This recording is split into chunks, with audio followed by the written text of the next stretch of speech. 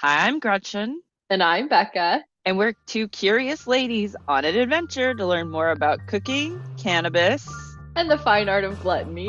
Join us every 10 days or so as we get high and make our way through a recipe.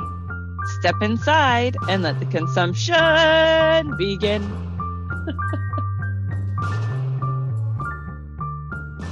Recording in progress. And the timer's going. We are ready. What? Weird. We are on it today. We are.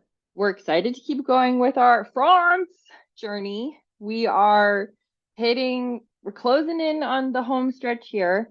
The last time when we were doing our deep dive into Marcella, at this point we were decided a Maine was a good idea. You'll remember I did scallops, Gretchen did veal, but there's just so much in this book that we need to dig into from a Maine's perspective. So instead, we're doing a dessert, and we're going to do a dessert next time. And that's going to be the end of our deep dive for now. And obviously, we're doing the Patreon, which is an unimaginable deep dive. That's where we're at. We're going to be making something really fun today called a semolina pudding. But before we get any further down that road, Gretchen, tell me what you're smoking over there. Becca, I really got to just let you talk all at once in the beginning all the time because that was a lovely introduction to what we're doing today. Thank you for that wonderful and uninterrupted introduction. Thank you. I was complaining to Gretchen earlier that I haven't been getting any feedback at work. Gretchen's been giving me a lot of feedback today, which I really appreciate. It wasn't necessarily related to that. I was just like, wow, I should just let Becca talk most of the time because she does a great job with that and doesn't need me putting in. I need it now. What are Yeah, you smoking? you need me to talk now. I am having a second Cloud Blue Dream High CBD joint. It's a balance of THC and CBD. So we got a 1-to-1 ratio. The note on this from the Ease website says High CBD Blue Dream is a sativa dominant hybrid, typically 70% sativa, 30% indica. It is for those looking to enjoy a powerfully invigorating and somewhat psychedelic high. It's 7% THC, 7% CBD, and it does have an asterisk that says amounts are averages. I really appreciate that description of powerfully invigorating and somewhat Somewhat psychedelic. psychedelic. Yes, please. Perfect. Yeah, that's why I had to say it. Are you gonna get a psychedelic high, Becca? Do you know if you have a psychedelic edge on your weed today? I don't know. I've had, Gretchen and I were talking about this. I've had this garlic cookies flour for a while and I've rubbed the label off almost. I know that there's limonene, there's myrcene and caryophyllene, but I can't see the THC percentage and there's no beautiful poetic description of what to expect, but I do like it and I don't think I feel powerfully invigorated, but there is a somewhat psychedelic high happening and that is powerful. Well, at least you got one of them too, you know? I mean, we're drinking something to invigorate us because we That's right. are just going with a morning theme today. We woke up and felt like doing some baking today. We wanted to make Hmm. something sweet and tasty and delicious. Exactly. So we're having coffee and Yeah. amaretto. And that's delicious too. I don't value this as a drink enough. I'm mostly probably because I'm not putting coffee with alcohol more Sure. every Yes. maybe once or twice a year. Right. It is not a daily go-to, but it is nice. It is a little sweet. You have to be in the mood for that. It's tasty. And I do think it is a nice compliment. I'm feeling a little sleepy. It's rainy where Gretchen is. It's cloudy here where I am. It snowed not too long ago here in Vegas. It snowed It's in Napa. it snowed and there was snow on the mountains, on the mountains all day. Not even like there was a little snow in the morning. No, down to a pretty significant elevation. Just weird weather. Just Weird, weird. weird weather. I love it when we're in that Invigorated weather. Yeah. invigorating weather. Weather that makes Gretchen really bitchy and go, why Yeah. I moved away from cold. Why is it cold? Yeah.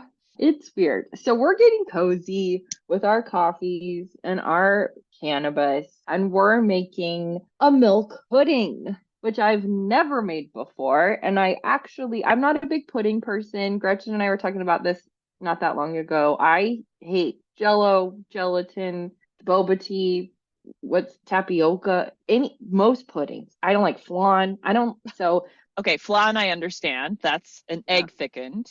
That makes Hmm. sense. You're making me sad with all this anti-tapioca talk because I love Why? tapioca. I know you do.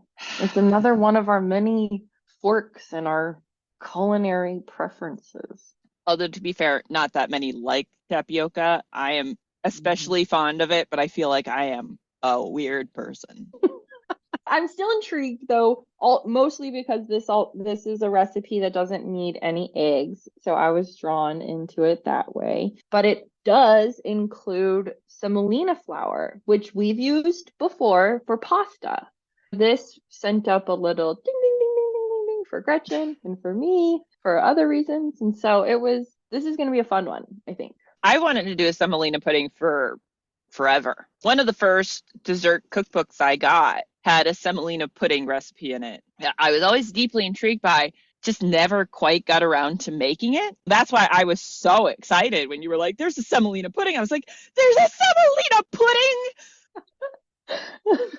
I got way excited about it. Way more excited than is appropriate. I am sure. I don't, that's you with food. There's no level. You just have, yes, 1,000 or absolutely fuck, I hate it. Yeah. That's not true. I'm sure there I is know. a gulf of foods that I'm fine with. It's true. But I mean, with Yes. your reactions, it's Oh, usually yes. I get very excited, right? one or the other. One of the other reasons we're excited, in addition to the semolina flour component, is that you have to make a caramel sauce. We've made a caramel sauce before a couple times. It's always a risky business walking into that caramel world, but this is a light caramel sauce, it says. And it's used interestingly also. Do you want to tell us how we're going to use the caramel sauce? The caramel in this is being used to line the mold. I'm assuming that it makes it easier to take it out. As I said, we're venturing into totally new territory for me. I do not do a lot of puddings like this either. So don't think I'm an expert. I've made polenta so many times. This is very similar to polenta because it Mm-hmm. is a little bit grainier, gonna have a little more texture than, say, if we were thickening something with like a rice flour or a tapioca flour. Those are going to be more of that sort of along the lines of your non-enjoyment of gelatin. That's all in that family. That does help clear some stuff up for me about like your taste preferences. You're not that sort of chewy is not going to float your boat. No, I'll go the other way. Yeah. Right. Luckily, because after you stated that just now in the podcast, I was like, oh, I hope you like this because, but the texture should be closer to a polenta than to like a flan. It is sort of going to be in between because how the semolina is ground. I think that was the end of the Okay. statement was it's going to end up somewhere in between a polenta pudding kind of thing, or a cornmeal pudding thing, and a like a rice thickened thing or a pure starch, purely fine ground starch thickened thing. That's where I was trying to go. Sure. And this also, well, I mean, we'll talk about this more when we get to the ingredients, but this also has chopped almonds. So there is a texture. Forget. Yes, I keep forgetting about that little component with Yeah. the almonds. Yeah. Limited ingredients, but a lot going on here. I think that, yeah, there's a lot of reasons why Gretchen and I were drawn to this recipe. This book is almost 1,000 pages, like we have mentioned. So it is very, very hard to pick six representative recipes. And we know we're going to come back to this so many times in the future. These are just little tastings, little sample menu, if you will. I think we obviously keep learning a lot. We're going to keep learning more. Is there anything else you want to talk about before we get into a couple more sections of the book that we wanted to share? Not about that. I think everything else I have to say is more specific to the recipe. And I want to talk about that when we're discussing the recipe. I think maybe we should, yeah, just read through the little bits and pieces that apply to what we're doing today and then hop right into the recipe part of our deal. Okay, perfect. I'm excited. So we are Yeah. going to jump to the back of the book because, like we said, we are not going to be able to represent the book very well in these brief 6 recordings. So we are going to jump around a little bit and we're going to go to the back of the book to page 914. I'm sorry, 916. And we're going to read from Ginette's planning menus. We're going to start this section and then we're going to finish it in the last episode. So next time, we're going to leave you on a cliffhanger here. But here we go. Planning menus. We have to eat to live, but it is not enough to consume whatever food comes your way, simply to satisfy hunger. Food should be chosen intelligently, based on what is most nutritious, and the cook must be a good judge of both the quantity and the quality of ingredients. To create a good menu, you must also take into account the needs and tastes of the people you are cooking for. When planning a menu, use nutritious food at a reasonable price. With expensive food, we are often paying for rarity, appearance or flavoring, or a brand or packaging. Some cheaper ingredients, such as skirt steak, are just as nourishing as expensive ones, such as sirloin, and can be as tasty if skillfully prepared and elegantly presented. Food is expensive when it provides little nutritional value relative to its cost, rather than due to its high price alone. Whoa, dude, that last sentence is like Did really your whole hitting my world just flip? a Yeah. little bit. Yeah, like this week they weren't kidding about the psychedelic high. And at least now I can feel it. I smoked before our recording today, people, like before we prepped, and then I was trying to prep and forgot I was high. So that was where I was at earlier. Now I'm like experiencing the full high. It's a little psychedelic. But yes, that blew my mind a little bit. And thank God it didn't completely blow my mind so I could still talk about what I was gonna say. Her point overall is solid. Sad thing is, though, is that skirt steak is now the hot thing. Therefore, this book It's needs a little expensive. bit, yeah, it's expensive now because everybody has found out that skirt steak is stupid delicious. And if it was an undervalued cut of meat, at least it's getting its due now because Sure. I love skirt steak. Love it. Like, bring me a skirt steak and I am a happy girl. Mm-hmm. Yeah. Mm-hmm. Yum. Yeah, she brings up a lot of good points, which is, I mean, we do need food to satisfy hunger. It has to be nutritious. And I like that she said we have to take into account the needs and tastes of our guests. So not just, I want to put together a great menu because I want a great menu. It has to be thoughtful Yeah. about who's there. And I like the needs part. That's an interesting way to phrase it. Planning Mm-hmm. like a fully considerate menu is a huge part of entertaining. Mm-hmm. And yeah, if you could do that 100% of the time, like that would be great. Mm-hmm. But you can't always, unfortunately, it's just not feasible to consider every single need of every single guest. You just have to do the best you can. Of course. Yeah.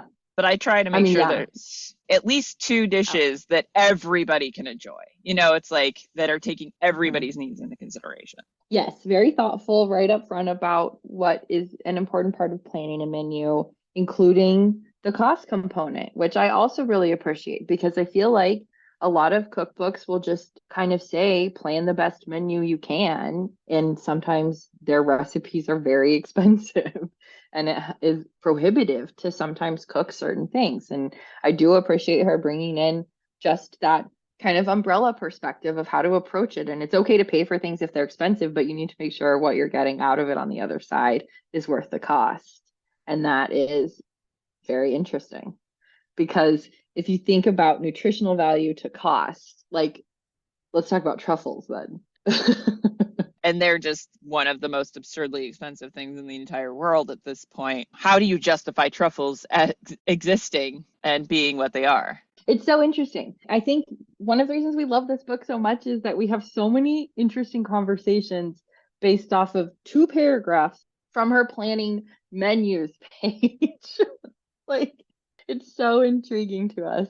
But that's going to close out the planning menu section, like we said, for now. We'll pick it up in our very last recording next time. We're going to read desserts real quick and then jump into our milk puddings. And desserts is on page 917. It's just one sentence here that says, desserts should supplement the meal and conclude it with a final good impression. Short, sweet, to the point. You can either get one sentence or 5 books worth of stuff. Like, it's true. And she said it's a 1 sentence description on that page. And that being said, almost half the book is some version of a dessert, kind of. Yeah. Like, I mean, I was looking at the candies and the preserves yesterday. I was really getting into it. Like, I mean, yeah, I was like, she really does cover like everything. It is interesting because this is much more like a joy of cooking type cookbook than, say, Marcella's, whichever one we were using. I forget the name of it right Kitchen, now. I think. Yeah. Mm-hmm. Where that is cuisine specific. Her book is more of an overview of all cooking than specific to French cooking. Yeah, it is confusing too, because the book is presented as the go-to for the French home cook. And I think it is, of course. But it's also like we have to keep in mind what you're saying. It's not just French recipes. It's what people were cooking in the 1930s France to entertain, and what was an important recipe to know, to have under your belt if you were having people over. I mean, there is this sort of, fad and trendiness to the culinary world that happens in waves, and you have to be expected to make like you've said, like there's a coulis cook at one point. There's like a right. You've said so many things that, have been like waves of the restaurant world where everybody's making compound butters and everybody's making this and everybody's making that. And so it is interesting too, because this book definitely captures that moment in time. And we've already had opinions about why certain flavorings are included when they're not local. And if you're following along the Patreon, there's a lot of like mentioning of bananas and pineapples as the seasonal fruits that are available. And that's not local. Yeah, I forgot about that whole thing. So it's what was available, it's what was popular, and I think it's what you were kind of expected to know if you were in that entertaining circle. Yes, I agree. Yeah. That's a really good way to put it. Look at us, learning, talking, learning. Let's jump in to these desserts. We are going to talk about milk puddings real quick. This is on page 711. In France, puddings are desserts made from milk, eggs, and sugar, along with ingredients such as rice, semolina, farina, tapioca, cornstarch, ladyfingers, or bread. They may be flavored in the same way as custards and may be accompanied by a crème anglaise or sprinkled with rum and flambéed. Someday we'll have to flambe something. We'll do that when we have a time, sometime when I come to visit, to make a when I come to visit list. We'll have a long list. It'll be so long. I'll just have to come for a week and we'll have to do a bunch of them in a row. Marathon. Yeah. Real quick, what's a crème anglaise if people don't know? It's milk or cream thickened with eggs is the very basic description. Usually flavored with vanilla. I see. Okay, thank you. Yeah. So that's all there is to it. That's all there is to it for milk pudding. The one we're making is a milk pudding indeed. But the last thing we wanted to share then was this tip that Jenny has about milk and if you burn your milk. So we're now going to jump again to the back to page 914. Here's what she said. This is under Ginette's kitchen advice. If you burn the milk when heating it, keep it warm and immerse a clean, damp cloth into it. Remove, rinse, and squeeze it out and repeat until the burned flavor disappears. What the fuck is going on in that? I don't even know how that would work. I've never heard that before. Never. And here it is in print, and it has been for almost a century. And what is this? What is this? What is that?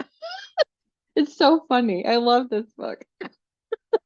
I can't decide if I would want to try to do this or if I just can't because I don't want to waste ingredients. Yeah.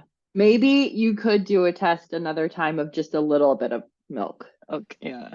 Not, yeah. Oh no, obviously not on like our product today. This would today. be a after we're done with it, and maybe I just throw some milk in the pan, some more milk in the pan, and then try it. But I'm not sure if I really want to or not. Anyway, Yeah. I can And then either does your towel smell like burnt milk? I mean, I'm sure you could wash it out, but does it always have a weird hint of burnt milk? maybe yes. I don't know. Like what? Yeah, I do not understand any of the like chemistry slash physics of this. Maybe I'll have to see if I can track down any answers on that. Mm-hmm. Yeah, very intriguing. So that was it. All we really wanted to share from the book for this time. Like we said, we're going to close out the planning menus and we're going to close out our sort of share of the book next time when we make our last dessert, which is going to be another fun one. Let's get into it. This semolina pudding and what our ingredients and steps are going to be. We are making this semolina pudding, page 713 in the Frauds, the cookbook. We have 4 cups of milk, one generous 3/4 of a cup sugar, 1.5 tablespoons of butter. Oh, it does say 1 lemon, zest of 1 lemon. Oh, that was a transcribing error on my part then. Yeah, Oops. it's okay. I probably would have just said, yeah, zest of lemon. Fine. That's good for me. 3/4 of a cup semolina or farina, and scant 1/2 cup of blanched almonds. And again, going over that generous versus scant terminology. Generous is, a little more, a heaping measure, if you will, whereas scant is below the rim, maybe slightly. So there we go. Fanny Farmer's nightmare descriptors.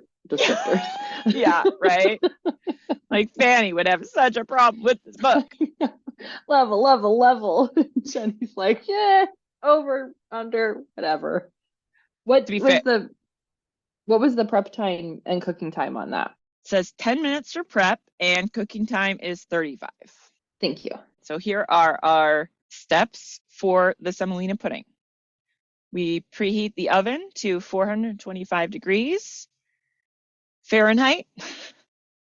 In a large pan, bring the milk, 1/2 cup of sugar, and the butter and lemon zest to a boil. Once boiling, pour in the semolina or farina in a steady stream. Simmer gently for 10 to 15 minutes. Finely chop the almonds and stir into the semolina. Make a light caramel, page 643, with the remaining remaining 1/4 cup sugar and 1 tablespoon of water. Carefully pour into the mold and coat the inside.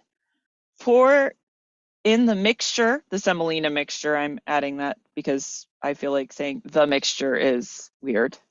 Confusing. Mm-hmm. Yeah. And bake for 10 minutes. Allow to cool before turning out and serving. We were talking earlier about the confusion of adding your semolina, letting it simmer for 10 to 15 minutes, then adding your almonds, and then starting your caramel. It feels a little, Out of order. yeah, a little timing crunch there, weirdly.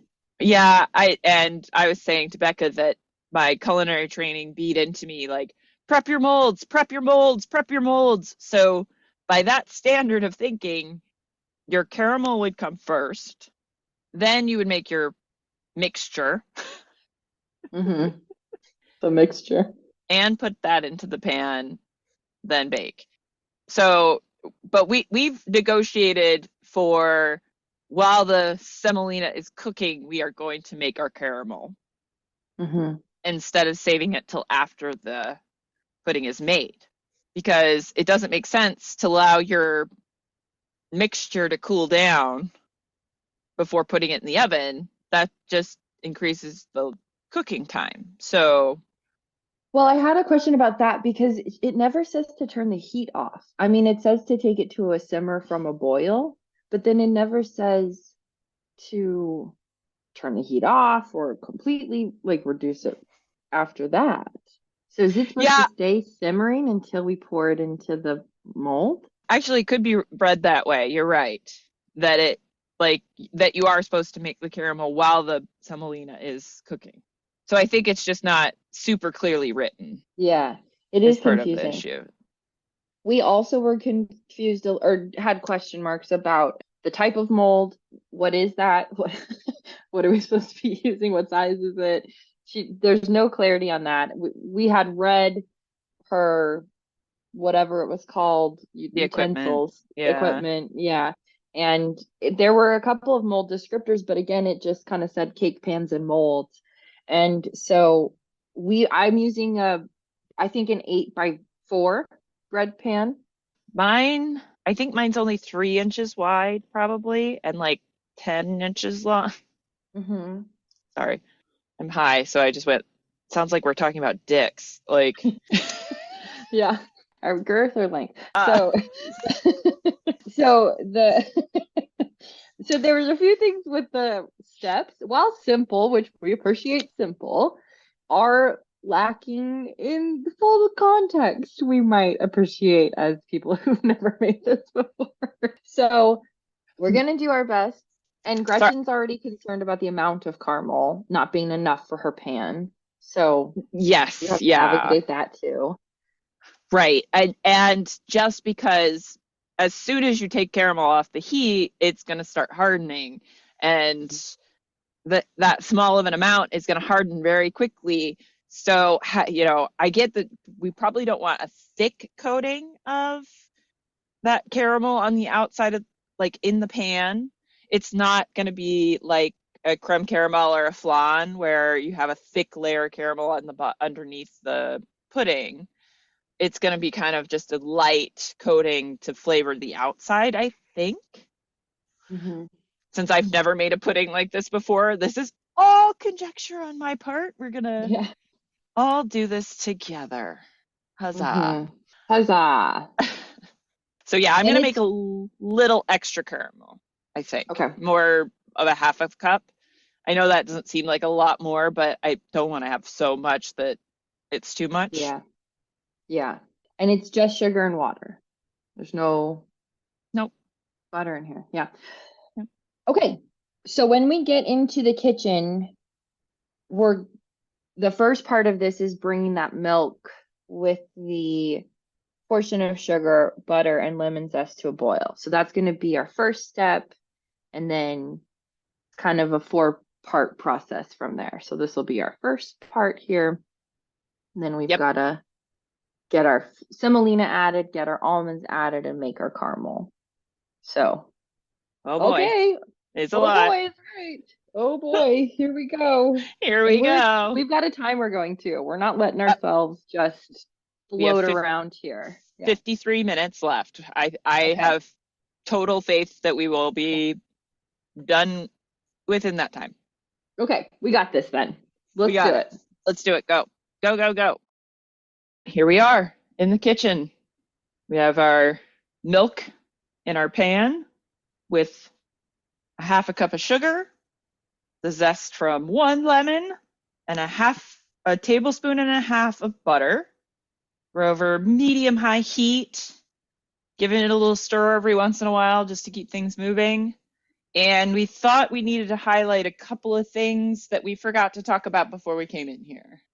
Of course. Which is that this is a world level, what did we decide? Between 2 to 3, depending on the caramel component. And it is a few steps. It's not complicated, but because she has a few mysterious guidance points, I feel like it could get squirrely, but I don't think it will. All right. And then special equipment, we've already mentioned the pans we're using. I guess the only other thing we really needed was a zester. Yeah, a zester. So we're doing our caramel in a low fat saute pan today, mostly because I got new pans and I'm excited to use mine. We have our mold pan, which is that loaf pan type thing, and a pan for heating up our milk and doing the pudding part of our pudding. Mm-hmm. The pudding of the pudding. The pudding of the pudding. The mixture. The mixture, yes. The mixture. Yeah. Not a mixture. The No. mixture. The mixture. And even though we've been talking about caramel, we're talking about the mixture now, I wonder not the if part caramel. right. I wonder if part of that strangeness though is like translating like a translation thing. Maybe. Just like how like the way it would be written in French Mm-hmm. and translating it Maybe. was Yeah. just made it sound set. It just doesn't translate quite the same. Yeah, But that could be it. I mean, you think she'd say like reduce heat or remove from heat, but she doesn't give that. She doesn't hold your hand a lot. no, no, she does not. My Yeah, butter's like just melting. yeah. I'm down to one little like half-inch square in here that's not ready to melt. We're looking for a boil before we do anything else. Oh, and I did add some salt to this mixture because she didn't That's right. have that, and you know, you know how I feel about seasoning. It's got to go in Yep. everything. And now we wait. And now we wait and watch and stir using a wooden spoon because everybody's talking about wooden spoons in our cookbooks. I need some new wooden spoons. I do I've too. I decided we actually have only have one. Yeah. I've decided I have nice new pans and it's time to like get some nice new like wooden bamboo spoons, etc. Hmm. Because I haven't bought new like utensils like that in so long. Yeah. Well, and Ginette says you need two. So Well, yeah, you just are severely underspooned. I I have am underspooned. plenty. They're just old. Yes, but even though I only have one wooden spoon, I still disagree on the whole that you only need two. I mean, yeah, well, for sure. I mean, I think that's a bare minimum Yeah. of spoons. Yeah. Like, not that you should only have two. I don't think she means only have two. It's like at least have two. Hmm. You're gonna need at least that many. Hmm. I got some steam coming out. Are you stirring constantly? No, I'm stirring every once in a while just because Hmm. it's not, It's not going to burn. yeah, I just I'm not that worried about it because you have until it starts to get really close to boiling. So the more closer it gets to boiling, the more I'm gonna stir it to I keep it see. from Okay. settling. Okay. But right now that I'm not there. So Okay. Well, I'll stop stirring mine constantly then. yeah, I'm just kind of moving it around. Mostly I was like trying to get the butter to melt, so it's like move it around, but get the butter to melt. And mine's getting quite steamy, so I'm probably gonna start stirring more. Hmm. Okay, so just to recap then, to make sure I know what we're going to do next, we're going to add in the polenta and that, not the Semolina. polenta, Yeah, semolina, and that simmers. So then we reduce the heat and it simmers for 10 to right. 15. Okay. Correct. Okay. Yes. We are going to be whisking that in to make sure it doesn't clump up. So it's going to be like a Okay. fine, stream it in a little bit at a time, constantly whisking. And if you can't find semolina, because I almost didn't today, and don't know what farina is, apparently I've known what farina is for a long ass time and had no idea that cream of wheat is actually farina. So Yep. No clue. So yeah, you can use cream of wheat for you can this. use cream of wheat for this, which was a I pleasant don't surprise. But I didn't even see cream of wheat at fucking Whole Foods. So I was like, what the fuck is this nonsense? really. I'm so mad at Whole Foods right today. I'm like, Yeah. it ruined my Gretchen's morning. I'm she's on a so real mad. anti Whole Foods mood. Yeah. Give us our semolina. Yeah. Yeah. I was like, what the fuck? Whole Foods doesn't have semolina. They didn't have pita bread. Well, at least I couldn't figure out where the fuck they were keeping the pita bread. And it's like, it shouldn't be this hard for me to find pita bread. This shouldn't be hard. Like, The pumpkin puree of the bread world. right? Exactly. Well, Come an even on. better reason to be making a cozy pudding after a stressful Whole Foods morning. Yeah. Like, what is this? Absolute nonsense. Yeah. All right. I'm about ready to crank my heat up a little bit more. I want this shit to boil. I'm ready. I I'm ready know, to go with this where whole is semolina situation. where is the boil? My milk had been sitting out for a while too. It wasn't cold. It wasn't cold. Mine wasn't either. I guess I'm just being too chicken shit with the heat. Like we got to turn the heat up and Yeah, just stand here gotta and stir, I think is boil. Okay. it'll probably, yeah. All right, I'm going up to 7.5. I'm not gonna go Yeah, I'm not quite fully on too high. 8 because I feel like if I turn it up any higher, it'll be outside the side of the pan and I will be unhappy with how hot that gets. So. Sure. Oh, I got boiling. I got boiling. Okay, I have Oh to my turn God, it all of down a because sudden. I am like about to lose my. All right, going in with my semolina. We've got whisking sounds coming at you. So I'm gonna whisk and gently and sort of steadily add the semolina. Oh my God, I gotta take this down a little bit more. It's really boiling. Uh-oh, Okay, that happened yeah, fast. yeah, it really did. All right, I'm now down to 1. So, all right, here Wow. we go. Okay. They're not getting a steady stream. Okay, whiskey. You're in. I'm done. Okay. Doesn't pour as nicely as polenta, just a note. It kind of had to be like a shake a little, whisk a lot, shake a little, whisk a lot. Okay. Got it. I don't have a boil yet. Oh, sorry. Oh, it's okay. This is part of the charm. No, I just That's was right. I'm bummed that we couldn't time our whisking together. But Yeah. again, you got a little at least a sound demo. I guess Mm-hmm. it's like Mm-hmm. a timing demo more than anything. I'm not sure you're Yeah. even because you're got your eyes on your stuff. Like now, Yeah, did it was she pretty quick. specify if we were covering this or not? No, I don't right? believe we are. Yeah. Okay. Still got it on 1. I'm trying to assess if that's warm enough to do what it needs to do. Mm-hmm. But I'm a little scared that because it thickened up so quickly, Once I'm it a little, boiled. that if I turn it up anymore, it's going to turn into like one of those geyser situations of like Mm-hmm. Yeah. throwing hot cereal grain all over the place. Yeah. Oh my gosh. Oh, I just like poked it with my spoon and it released a huge ass bubble. Lava. Maybe I should have done this in a different pan. Deep pan, people, might be a real advantageous thing. I probably should have done this in my big pot. Don't think about that milk boiling situation where it just like will climb out of the pot so easily. Where Do is you my want boil? you said there is or where is? No, where? Where are you? Where are you, Boyle? This is sort of fascinating. What's happening? It's very, very thick. Like What's the consistency? gruel? Delicious. I mean, yeah, it's like, what's the word I was actually looking for? I just said gruel because I thought it was funnier.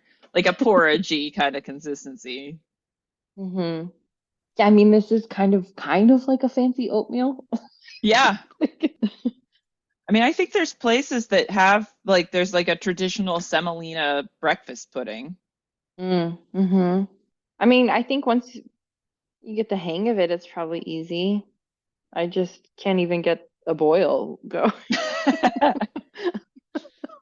That's just wild to me because I was on the power boil though Oh, yeah. burner. If you're I'm on on a smaller one.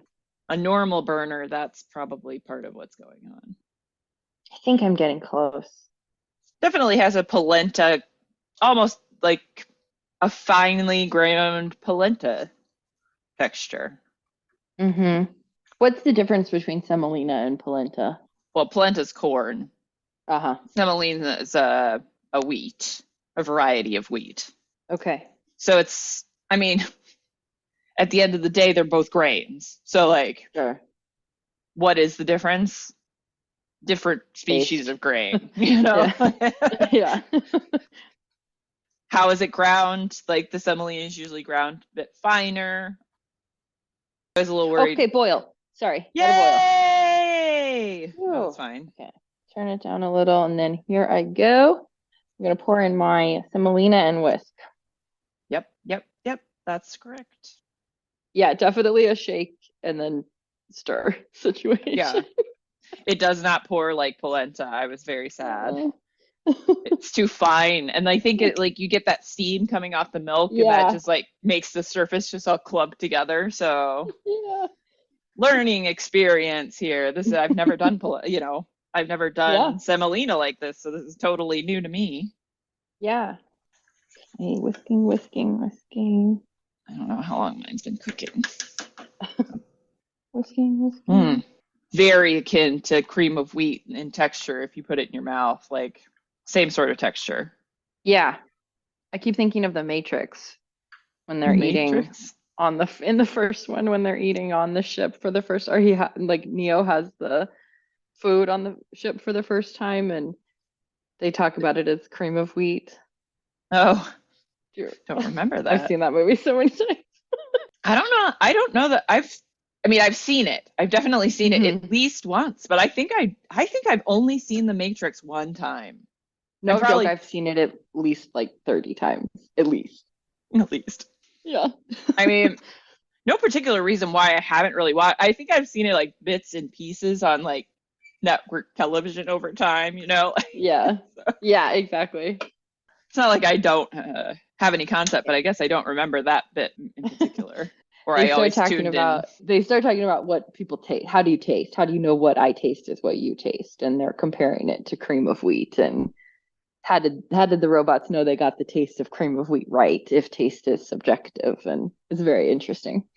Oh, I don't remember that conversation at all. You'd think I'd remember that.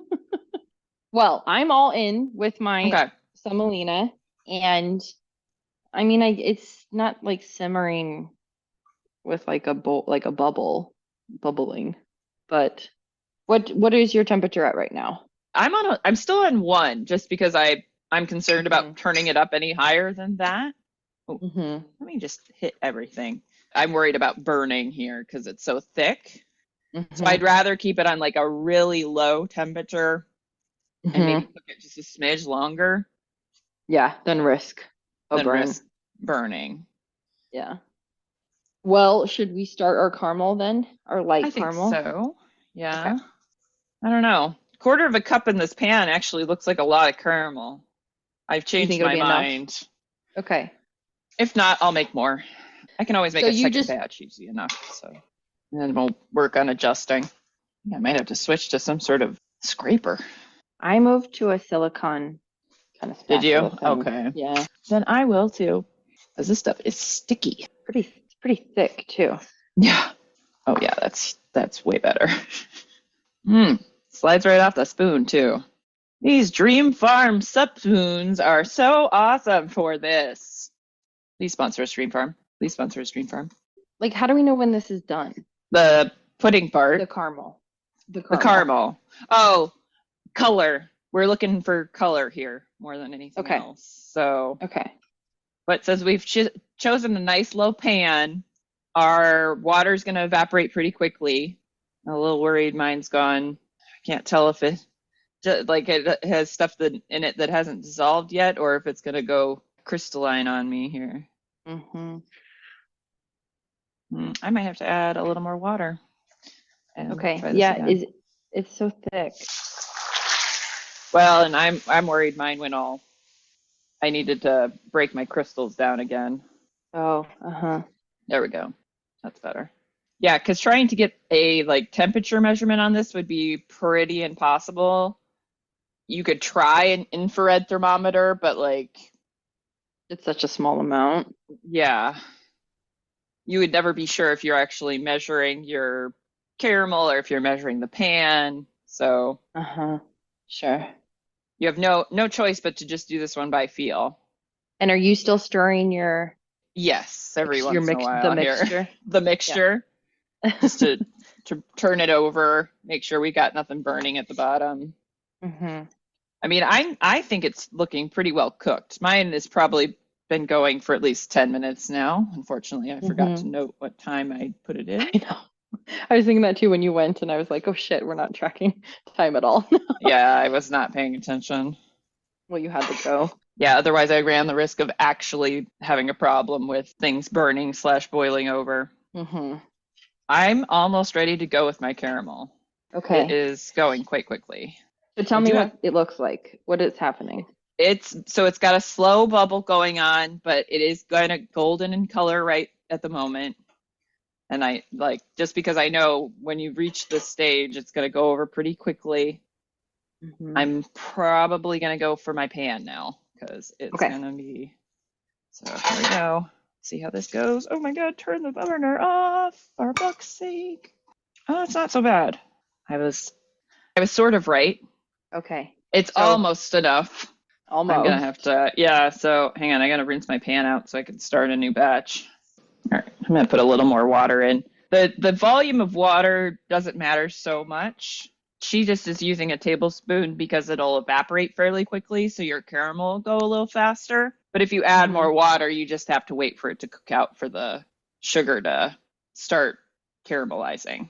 Sure. Mine is still really white. It's okay. Okay. Is it white or clear? It's not clear. I don't know. Okay. I mean, I don't know. Maybe it's clear. I don't know. It's pretty thick. Okay, you're probably just seeing some boiling. I mean, it is going to be thick. It's like icing. Are you still stirring? Are you stirring your Yeah. caramel? I did it again. I stirred it. I Yeah, think I have to start over. yeah, you probably do. Shit. Because I'm not stirring mine at all. I just swirled I to forgot. dissolve. I didn't stir. God damn it. Caramel. I never know how to do caramel. I always forget to just leave it alone. Oh, okay. Start over. It's hard because it's so picky that you're like, I want to touch it. And it's like, no, no. Just you wait, hold, Yeah. hold. Yeah, my stuff is now kind of silky. Like there's not as much of a texture. Like not that there's not a texture, but that extra time must just help really smooth it out. I got a technique for you.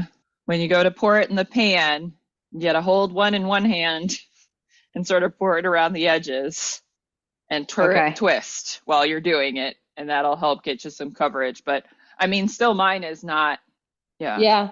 Yeah. Looks like the bottom's pretty covered, but the sides are a little yeah, sad. harder. Yeah.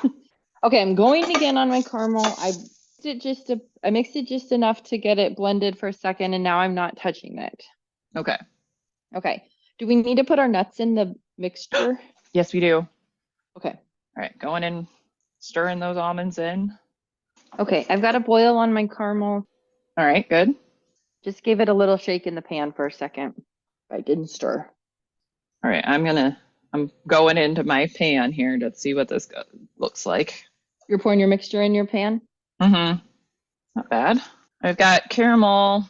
I think I managed to at least get it halfway up the sides for most of it. Okay. Some areas have better cover than others.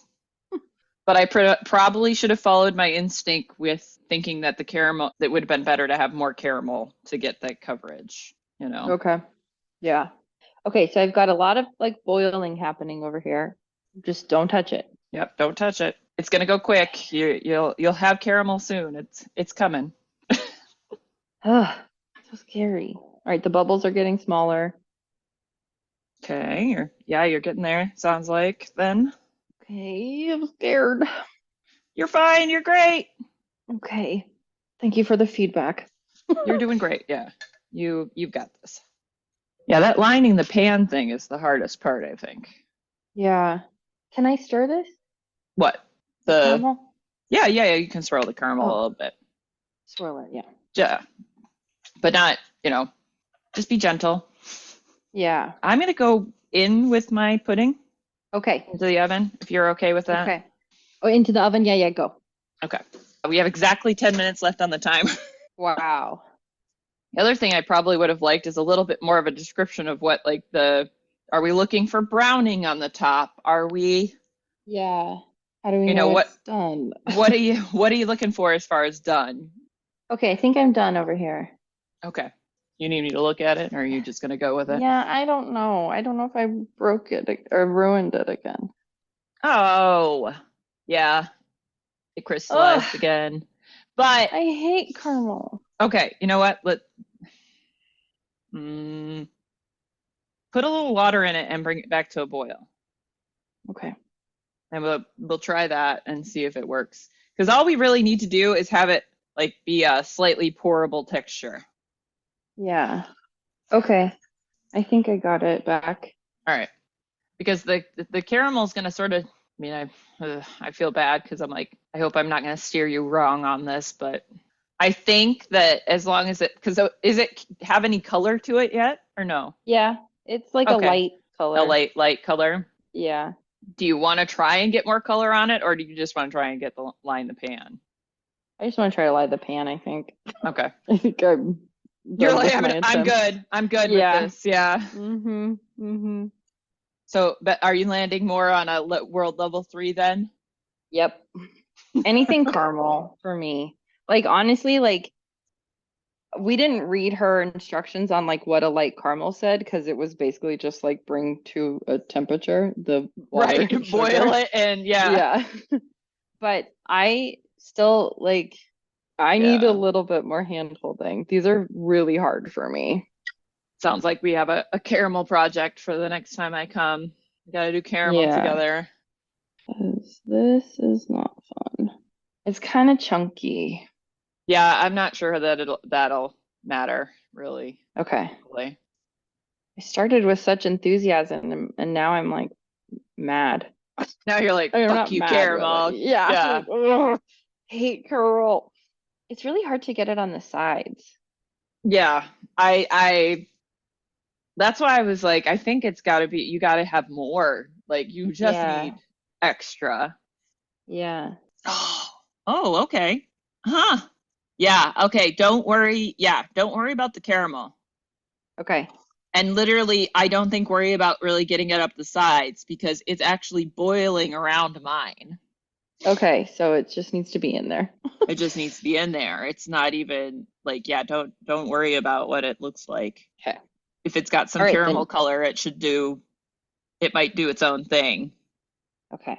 And hopefully I'm not making a total disaster for you, but Well, it is. I'm not doing anything different at this point, so it is what it is.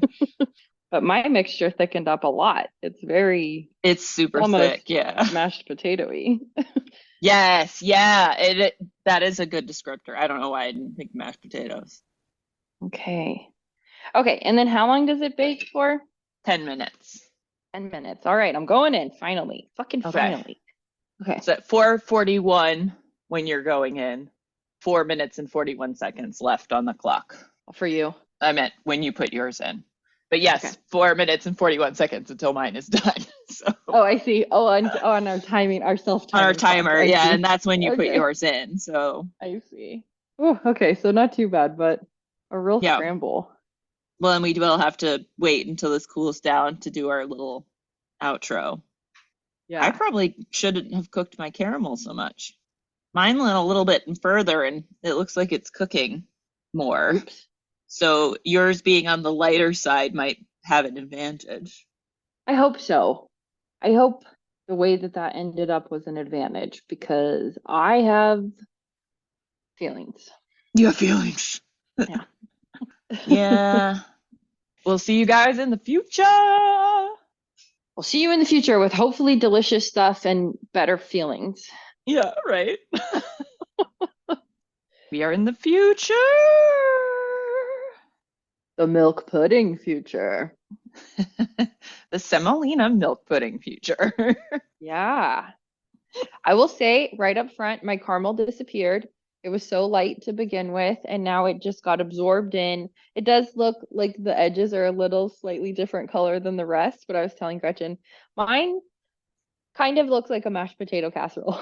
It is not, I would not look at that and go, oh my God, that's going to taste amazing if I didn't know what was in it.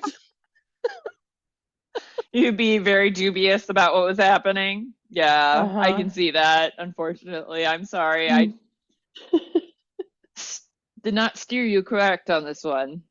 No, I think it's still going to taste good. That's the whole point. Whereas yours looks beautiful. You've got that dark caramel all around the edges. It's got like there's some color variety. It's not just one big white clump. Right.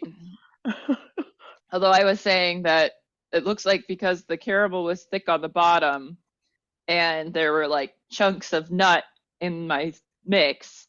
Those chunks slid down to the bottom of the mixture and settled into the caramel. So there's like a caramelly nutty mixture in the bottom here.